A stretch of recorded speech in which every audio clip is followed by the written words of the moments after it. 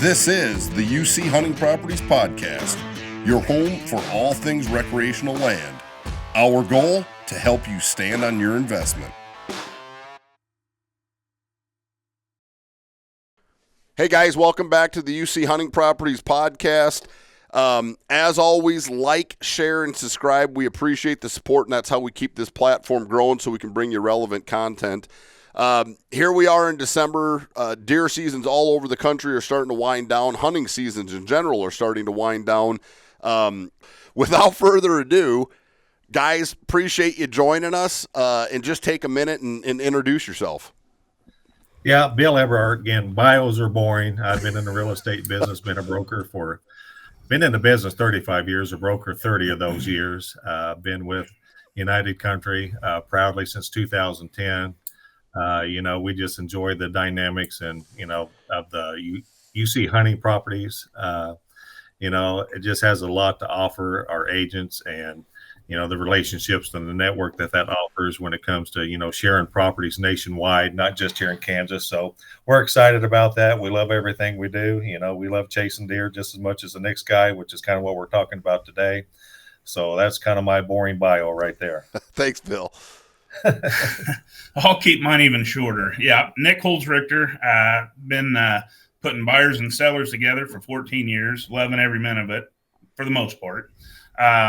Had the opportunity to put together some pretty unique deals here in Kansas. And I tell you what, Bill and I were talking, and we do, as a whole with United Country, we do a good job of marketing. We do probably the best in the business, but this is our opportunity to really kind of delve into some of what we always share with our clients, but now we have the opportunity to share with everybody, even if they're not our client, just information they need to know.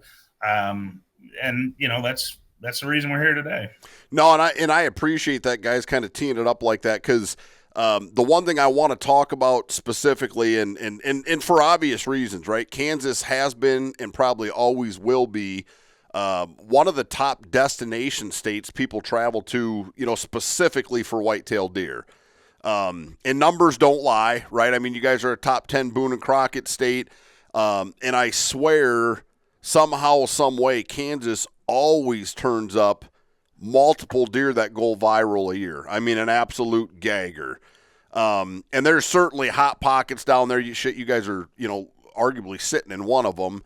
But there's also been some reg changes. And one thing through the years everybody's kind of understood, and hell, going into this podcast, we were talking about it. Bill sent me some stats, and we looked at them. And, heck, we may even put them up on the screen when this thing goes out. But Kansas, by and large, I mean, we were looking, a 10-plus year snapshot of historical data, and really what it shows is total permits issued, how many of those went resident, how many of those went non-resident, and it's pretty static. Non-residents are approximately 30% of your guys' hunting pool down there.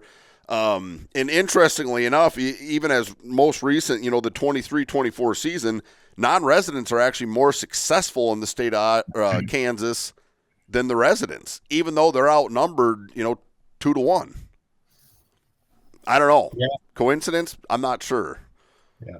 Well, I mean, if you're coming from out of state and you're spending the time and you're spending the money, maybe you're going to stay a little more focused than the guy that can just, get a tag every year. I don't know. I don't have the answer either. Yeah, and I'm sure part of that, and it'd be interesting to know of the non-residents coming in, how many are hunting with, with an outfitter, right? I mean, hell, Richard Blakesley's on our team, Triple Creek Outfitters. I mean, they are literally some of the best in the business in that outfitting world, and your odds are high. You go with Richard Blakesley, your odds are going to be high to take a buck there in Kansas. But interesting stats. I guess the reason I brought that up with 30% non-resident, I mean, that is a lot of the hunting pool there. Now, the one thing everybody knows, and it's trended, recreational hunting ground in Kansas arguably is the fastest growth area in all of recreational real estate. I mean, there's stats that are showing it like clipping along at 17% increase year over year. So it's an enticing place not only to go hunt because there's big bucks and the success levels are good.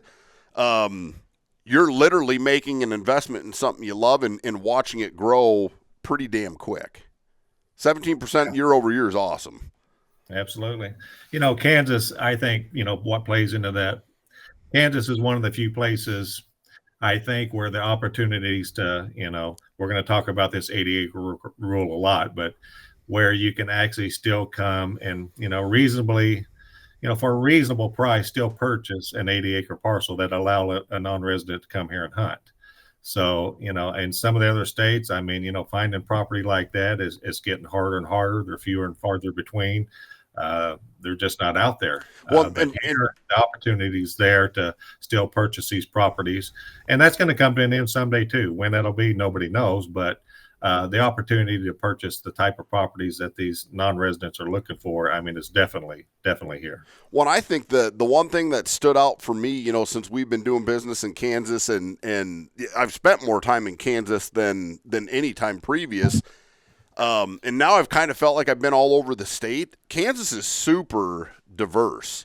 That northern, I guess I'll speak to the northeast corner. That's very similar to Iowa. It heavy agriculture, good dirt, some timber and stuff. But then, like, you keep going south and it gets into some open grass country. And I don't, for one state, traveling around Kansas, it's like you're in totally different worlds from western Kansas to eastern Kansas and northern Kansas to southern Kansas.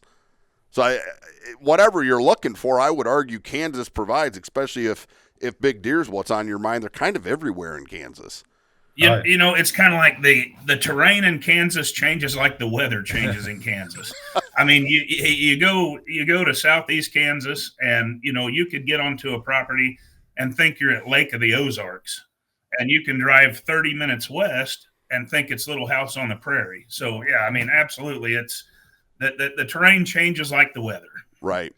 Well, I think that's part of the intrigue, too. Some of those open areas, you bang rattling antlers together, and literally you don't know what's going to come over that hill, because I feel like your guys' deer will move, 6, 7, 8, 10 miles. They'll shift around a lot more, in my opinion, than a lot of the, the traditional deer states in the Midwest. But all of that said, let's dive into some of these regs, because certainly the rule of 80, I think that's important, and we need to touch on that, Bill. Let's start there and we'll go from there.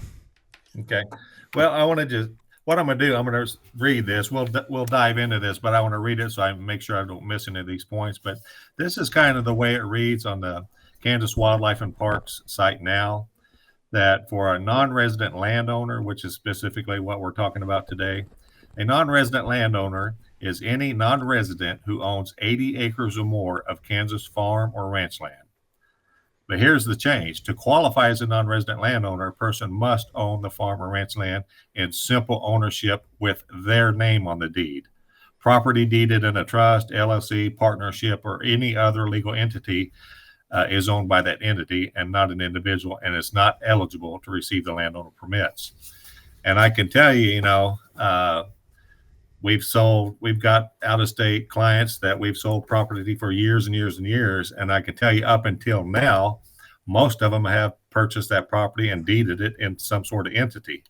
So part of what we're going to talk about is, number one, if when you buy, you want to make sure you get it deeded right in the first place. But there's a lot of guys that have purchased property in the past that need to make some deed corrections if they want to continue to hunt these properties. Or dang sure not just hunt them, but qualify for the tag legally. Right. And, another key takeaway, this is education.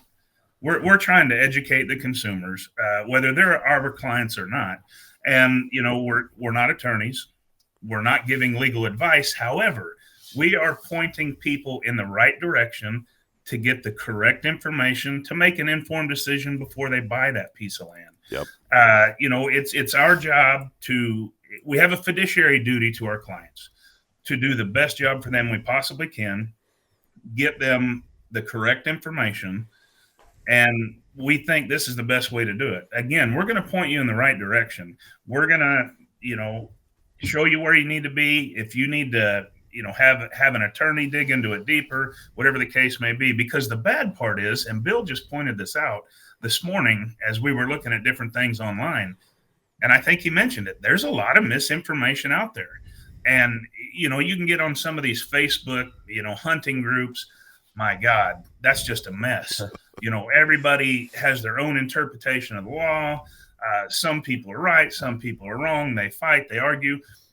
We want to clean all that up. Here's where you need to go. This is what you need to look at. This is what's important. No, fair enough. And I mean, to your guys' point, you both have a lot of experience with working with non-residents that may very well be there for the hunting. So have your ducks in a row going into it. And the bad part is, I guarantee you can go on to any website right now that advertises land for sale in Kansas, and unfortunately, the listing agent will mention things like they're marketing to an out-of-state buyer, and it might be a 40-acre parcel. Right. It might be a 70-acre parcel. Again, misinformation. I guarantee right now, I challenge you to go to any of these websites, and you will find a parcel of land for sale that does not qualify under the current regulations, and the agent has it hyped up, geared towards hunters and out-of-state buyers, and they're wrong. Right, and I mean, the appeal will still be there, right? I mean, whether the non-resident tag things in play or not, I think the appeal of Kansas is the appeal of Kansas if you want to park some money. Now, on the flip side, I guess my question, and maybe I missed this, Bill, when you read that reg, does it state contiguous 80 acres? Or if I owned a 30 and a 55-acre piece down there, as a landowner, I own over 80 acres, do I still get that tag or not? We had that discussion. Yeah, here's the deal. On the Kansas Wildlife and Parks, it does not say whether it has to be contiguous, because that was my very first question. So in all honesty, I mean, that's something that's going to need to be asked, because nowhere did I find anywhere where it said it had to be contiguous. Right. So yeah, it does raise the question. I own 81 acre lots in Kansas. Does that allow me to get a tag? And again, that tag is to hunt that property specific. Right. So, I mean, that's a preposterous, example. You're not going to hunt 1 acre pieces, especially if they're not contiguous. So yeah, I mean, again, that's part of what, we're claiming, where we're going to help people find the right information, because there's a lot of gray areas still. Yeah. And same thing, like you got a listing out there for 79.1 acres. We would all laymen say, hey, I bought an 80. No, you didn't. Right. You bought 79.1 that does not qualify. So I guess key takeaway from this whole discussion is know the game and work with an agent that knows the game, so you're not getting set up, per se with misinformation. Yeah, because you don't want to be left holding the bag. And, just total side branch to this whole discussion. We won't go deep into it, but one thing, this was kind of some last minute research this morning. Another interesting thing I found that I hadn't really thought about, and a lot of non-residents that would qualify to come here and hunt may not think about it. They're getting their license and their deer tags to be able to hunt. And if they get that, they kind of think they're all right. But then I also found some literature that said, as you're aware, most states require hunter education certificates. Mm-hmm. It says that you have to have that. What I read, that certificate must be on you. I do have mine from, 45 years ago when I got it. I know where it's at, but I can tell you I've been guilty about not having it on me. But I've also had, game boards tell me, well, that's part of your license. That's, on my license, it has my certificate number, but that's not what it says. It says have the certificate on you. So there again, you can look at all different types of places and either find misinformation, wrong information. That's just another little small example. So again, what we just want to echo and reiterate here today is, we're going to do our best to help point any potential out-of-state buyer to the proper, authorities and regulations to make sure, if that's their goal, to be able to buy a property to hunt in Kansas, that we're going to make sure to the best of our ability that you're doing it legally. Go ahead, Nick. Sorry. Well, and kind of another side note to the side note, if you will, what the client's looking for as far as the diversity. Do they just want to come shoot a buck? Do they want to shoot a buck and shoot a doe? What do they want to do? And I tell you why finding out what they actually want to do is important, because of the units. The units have different dates. So if a guy tells me I want as many hunting days as possible, antlerless and antlered, okay, then I know I need to be looking in a certain unit, because perfect example where we're at right here. If you are north of Highway 50, your extended doe season is much shorter than south of Highway 50. So, just another thing for potential buyers to take into consideration. How many days of hunting do you want? What type, what are we looking for? What's your end goal? You also need to know the regulations for the units, the days, and at least where to find that information and be educated to make your decision when you buy. Right. We started kind of going down the path of marketing, factually marketing or representing a farm properly through your marketing. I mean, is there key stuff you guys are doing specifically in this rec market to attract those buyers or describe the property? I guess I'm just curious on, if your kind of target audience is a deer hunter, especially a non-resident deer hunter, is there anything you guys are doing different than, call it your cookie cutter listing? We work very hard to gather pictures, videos, whether that be through trail cams, drone videos. We show evidence of what's on the property.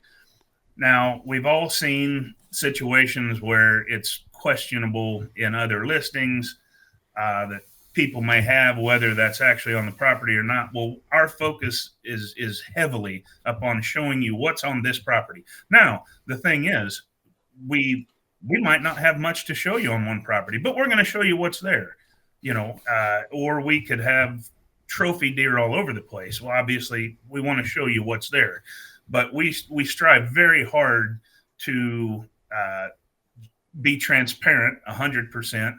You hear some claims say, well, this property hasn't been hunted for 40 years. Now, how can you make that claim? That thing could be getting poached at 2:00 in the morning, 7 days a week during season. You don't know that. Right. You can't make that claim. Well, and vice versa, Nick. I mean, I think, if I had a piece of ground in Kansas, especially as a non-resident, one of the priorities I would have is having a very deep collection of year over year, this is what this place is producing, and not just necessarily what we're taking, year in and year out, what the deer numbers look like, what the genetics look like in that area. And I think all of that, like you'd be building a business case and helping the value, because at some point when your guys' phone rings, that's like a picture-perfect client. Hey, this thing's set up. Here's all the history. This is what we've done. These were our objectives. That's the same story you guys turn around and take to the market, and guess what happens? That increases the value of the place. But to echo kind of what Nick said and to kind of answer your question, as far as the marketing, I don't know it's necessarily what we do different, but, when you are marketing let's, call it a deer hunting property, big game property, at least somewhere in that marketing mentioning what unit it is. So any potential out-of-state buyer, seeing this on wherever they're seeing it on the web can at least, find the right regulations, as Nick mentioned, because what you could do unit to unit varies here in Kansas. I don't know if that's true everywhere in the world, but it is here in Kansas. So very important, because a guy may find himself buying a piece of property that doesn't really meet his wants and objectives that he was hoping for, and nothing worse than buying a car that you hate and having to drive it for 4 years. So. Right. Well, on one thing, I'm glad you brought the unit, actually literally saying what unit it is. I do think it's important, because when those big deer pics go viral, 9 times out of 10, they're talking about out of unit 16, out of, unit 11, whatever. They speak to where, generically speak to the unit that it came out of. Very seldom do you hear, oh, this was shot in Pratt. Like, it was shot in this unit. So yeah, I think something that simple, I actually think is important, and you're speaking directly to who's looking for dirt in that area. I don't know.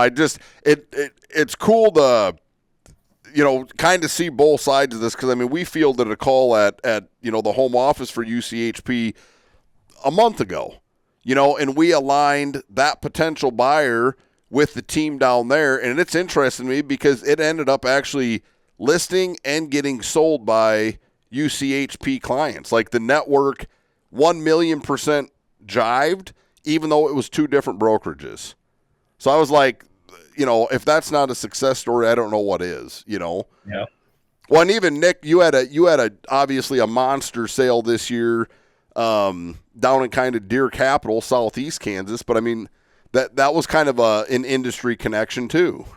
That was absolutely, it was. In fact, there were multiple agents involved in that situation, and it 3,300 contiguous acres, probably had about $1 million house on it. Just a beautiful property. Again, you go to the property, you don't even think you're in the state of Kansas. But anyway, it was a fabulous property. It was a great opportunity. And you're right, the network that we have that's been built is unique and unlike any other. And it provides a lot of opportunity, not just for the agents involved, but for potential clients. Yep. They can work with us as a whole and basically be covered all across the United States. Yep. I may have a client here in Kansas that's looking for something in Montana. Well, because of the network we have, that's absolutely doable. Not a problem. Let me make a phone call. So you're right. We have something very special that I don't believe anybody else has. And it was put together the right way. And it just basically is a big stepping stone for success all the way around. Well, it all boils down to people helping people, and if you're part of the network, that becomes a heck of a lot easier, right? That's right. I just think my prediction would be, there was some reg changes made in the state of Iowa this year that I guess if I was a non-resident, I would argue negatively impact the desire to have, a piece in Iowa. And Iowa's such a very limited draw. It basically means some of these guys aren't going to be hunting their farm, more than once every 5 years when they actually draw. What they did was they did away with party hunting. So here in Iowa, a non-resident legally could be here on a doe tag, but if they're party hunting during our gun and 1-2 season, they can literally tag they could kill a buck, and somebody hunting in their party could tag it, and they were legal.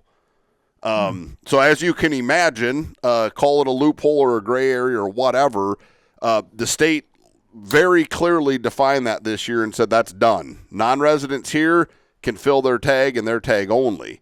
So it's a pretty big dynamic shift. And my prediction would be we're going to see some money getting moved out of Iowa, properties getting sold in Iowa, and 1031 exchanges heading right your guys' direction.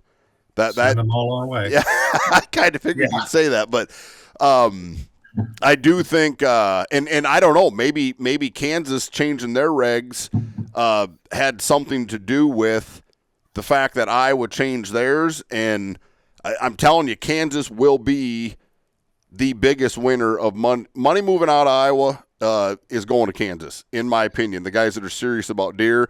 And hell, we just did a podcast, I don't know, 6 weeks ago or something with Greg Glessinger, very, very well known, kind of a celebrity hunter, TV show, the whole thing. And I always ask those guests, the one thing that I always ask them is, hey, if you were looking to invest somewhere else to hunt deer, mind you, this guy's in Iowa, he's in Wisconsin, he's in Missouri, like he's hitting on a lot of cylinders in the deer states. And he said his number one look right now would absolutely be Kansas.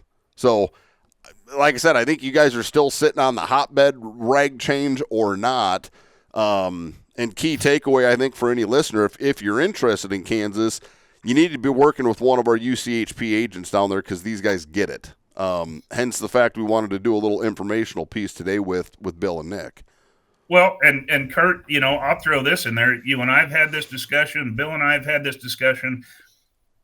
Even, let's think outside the box here. Even if you are not the hunter, but you are an investor, we've talked about this, buying the contiguous properties, developing those properties, breaking them down into legal acreage to then sell to the end user, the hunter. There's not just opportunity for the hunters, but for the investors as well. And, you've made this point. When that's been done, it's been done. You're either going to be the first or you're going to be the last. You don't want to be the last. Like Ricky Bobby says. Exactly. If you've got the money to invest and you want to make your money work for you, what better way? Yeah. And I, like I said, I mean, I don't know if there's any other area in the entire country that model's more prevalent than in Kansas, because there's still some deals to be had in Kansas. I mean, there's still $2,000 and $3,000 dirt down there. Yeah, that's right. Somebody's going to do it, and I mean, it's just a matter of time. Well, we see it day in and day out, right? I mean, and for better, for worse, I mean, that's not what we're here to talk about. It is what it is. It's going to happen. It's inevitable, right? Whether you like it or don't like it, right? You can capitalize off of it or not. That's play the game. Yep. What else you guys got that you want to leave us with as far as sound bites or little golden nuggets for a listener? Bill, you've been at this a long time. Well, I mean, I just want to, other than to echo what we just said, I mean, I believe, the opportunities for can't necessarily call it a bargain. Nothing's a bargain anymore, but still, I believe Kansas is, ranks high on the list of places people want to buy and invest in land and put their money. And it can still be done, at a reasonable price here, in my opinion. Doing this 35 years, I've seen, I've never seen land go down. It's never gone down anywhere. Right. But the fact of the matter is, based on a lot of the things we've just talked about, especially what's happened in Iowa, it's going to continue to go up. So it's as simple. I mean, I'll end with, if you snooze, you lose. Clitter clatter, let's get at her. Right. Yeah. And I guess my takeaway is this. I'm going to brag about United Country and UCHP as a whole, period. I mean, the company's been doing this for, 100 years now.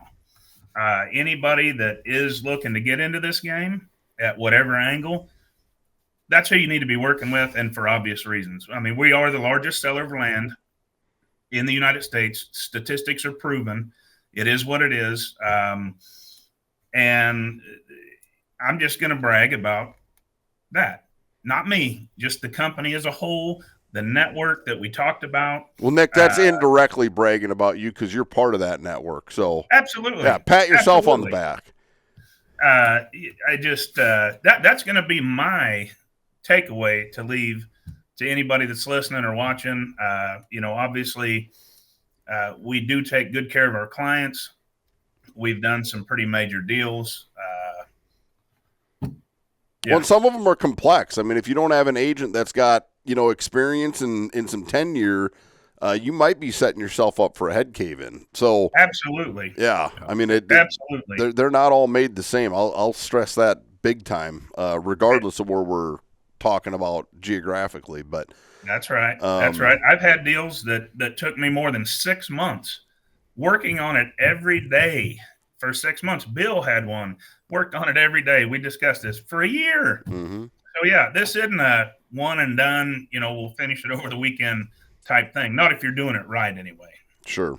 Yeah, and once in a while you get lucky and probably have an easy one. But I bet for every easy one you have 10 that are a pain in the ass. There you go. Yeah, no, I get that. Now, you boys going to get out and get any hunting done late season now? Oh, yeah, we're still chasing them. I mean, I'm out with the boys, and, I'm old. So, I mean, my enjoyment comes more from being with them. And, I don't have to be the shooter. I just want to be out amongst it and watch their faces and enjoy what they're doing. So that's my gig. Bill, you said the boys are chasing a pretty good one there on the Eberhardt Ranch, right? Yeah. Oh, we haven't been really chasing any what I'd call major trophies, but we got a very unusual one that Dalton's got his heart set putting him on the wall someday. So that's who we're after. And, we've got, lots of different places we can go, not just at our place. So we're having fun with it. The weather hasn't been all that cooperative. I mean, hell, it's still summertime here. Yeah. Going to be damn near 60 today. So, and through the weekend. So, but I think the opportunity is there. We're going to get the one we want, I think. We just got to be patient. Well, I wouldn't be whining about summer still being there, Bill. Like, the air hurts your face in Iowa right now. So just so you know. And I think starting, I don't know if it's 6 o'clock. I think it's 6 o'clock tonight, literally for 24 hours into 6 o'clock p.m. Saturday, we're in like a winter, weather advisory. They're talking snow and sleet and ice and all the fun shit we deal with here in Iowa, come December. So. Yeah. Oh, it's coming for here. We have our spells of that too. Usually in January is when we get that stuff. Sure. Kind of makes sense. Nick, how about you? You going to get out and kill any ducks, pheasants, deer? What's shaking in your world? Well, I don't want to give up too many secrets. I don't know who could be watching this thing. No, I'm a little bit more limited on time than I usually am, just because I'm getting a lot of projects done before the end of the year. Things closed out. I'm not going to have the time that I wished I had, but we'll see what happens. Sure. Perfect. Well, good luck to both of you. Merry Christmas to you and yours. Guys, we'll put up your contact info on the screen when this thing goes out. I'm not going to sit here and have you rattle off, your email and your phone number. We'll get it up for these guys. Anyone listen, if you're interested in dirt and want to work with these guys, they're some of the best in the business. Reach out. They'll work their tail off for you. So we're going to leave it at that. We're going to call it a wrap, and see you guys soon, and I appreciate the time. All right, bet. Thank you much. Take care.